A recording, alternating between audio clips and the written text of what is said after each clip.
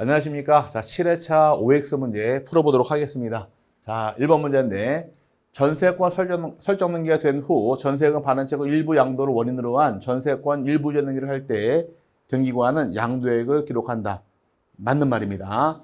자, 전세금 반환채권이 있을 경우에 반환채권 중에서 일부를 양도를 하게 되면 양도액을 적은 다음에 전세권 일부 이전 등기할 수가 있다 해서 1번이 옳은 말인데, 하나 참고할 것은 전세권 일부 이전 등기라는 것은 전세권이 소멸된 후에만 가능하고 저는 허용하지 않으니까 요거 참고해서 정리를 하시기 바랍니다. 1번 질문은 옳은 말이고요.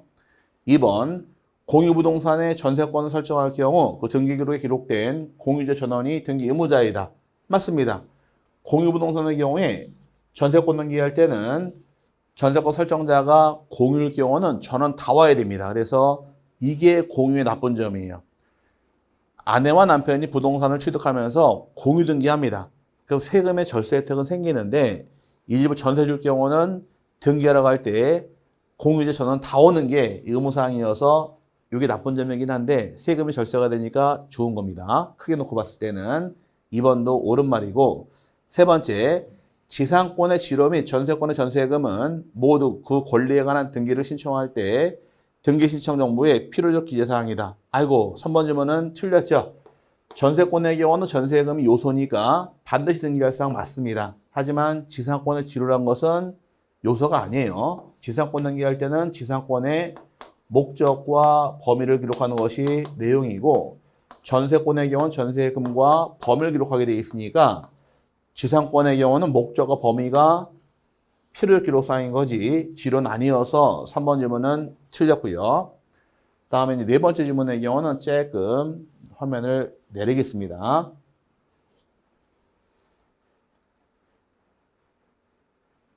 4번의 경우, 일정한 금액을 목적으로 하지 않는 채권을 담보하는 저당권 설정에 등기는 채권 평가액을 기록할 필요가 없다. 틀렸죠.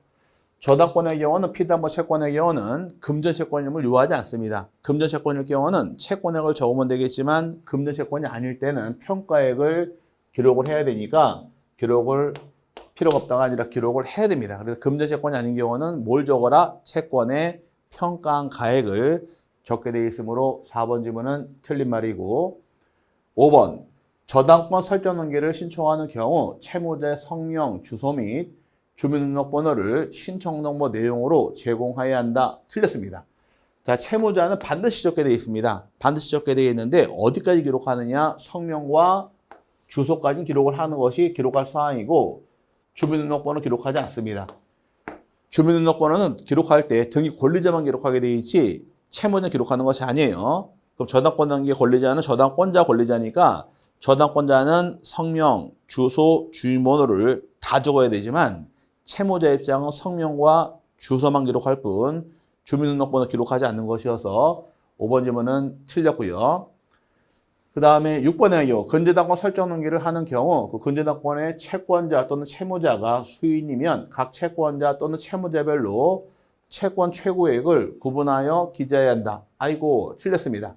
채권자가 여러 명이든 채무자가 여러 명이든 채권 최고액은 구분하는 것이 아니라 단일하게 적게 되어 있습니다. 나누어 기재할 수 없게 되어 있으니까 채권 최고액 반드시 단일하게 적어라 해서 6번 질문도 틀렸고, 7번의 경우, 건저당권의 이전 등기는 피담보 채권이 확정되기 전이라도 계약의 양도, 계약 일부 양도를 원인으로 하여 건저당권 이전 등기를 신청할 수 있다. 맞습니다. 확정 전일 경우는 계약의 양도나 또는 계약의 인수가 원인이 되어서 이전 등기할 수 있는 것이고, 반대로 확정 후일 당시에는 이때는 등기 원인이 확정 채권의 양도 또는 대위 변제가 원인이 되어서 이전 등기할 때 등기 원인을 적게 되어 있으니까 두 개 꼭 비교하시기 바랍니다. 전일 경우는 계약의 양도, 계약의 인수가 등기 원인으로 사용되는 것이고, 후일 때는 확정 채권의 양도와 대위 변제가 원인이 되므로 두 개 비교해서 꼭 정리를 하고 넘어가시기를 바랍니다.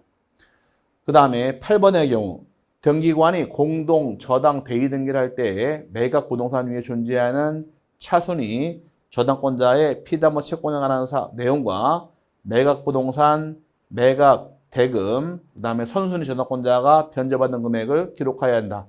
맞습니다. 공동 저당 대위 등기할 때는 반드시 기록할 사항이 네 가지예요. 첫 번째, 차순위 저당권자의 채권 금액, 그 다음에 두 번째가 매각 부동산, 세 번째가 매각 대금, 네 번째가 선순위 저당권자가 변제받은 변제 금액까지 해서 네 가지 기록한 다음에 공동 저당 대위 등기할 수 있으므로 8번의 경우는 옳은 말이 되고요. 그 다음에 이제 9번 지문입니다. 내려가서.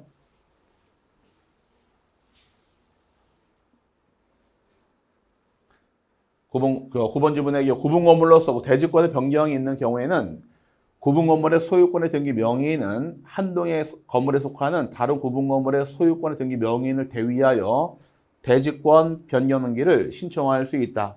맞는 말입니다. 대지권이 바뀌는 것은 입주민 전체가 다 바뀌는 것이니까 1인이 전월 대위 신청할 수 있으므로 옳은 말이고, 그 다음에 10번 구분 건물의 등기 기록에 대지권이 등기된 후 건물만에 관해 저당권 설정 계약을 체결한 경우 그 설정 계약을 원인으로 구분 건물만에 관한 저당권 설정 등기를 할 수 있다. 아, 틀렸죠.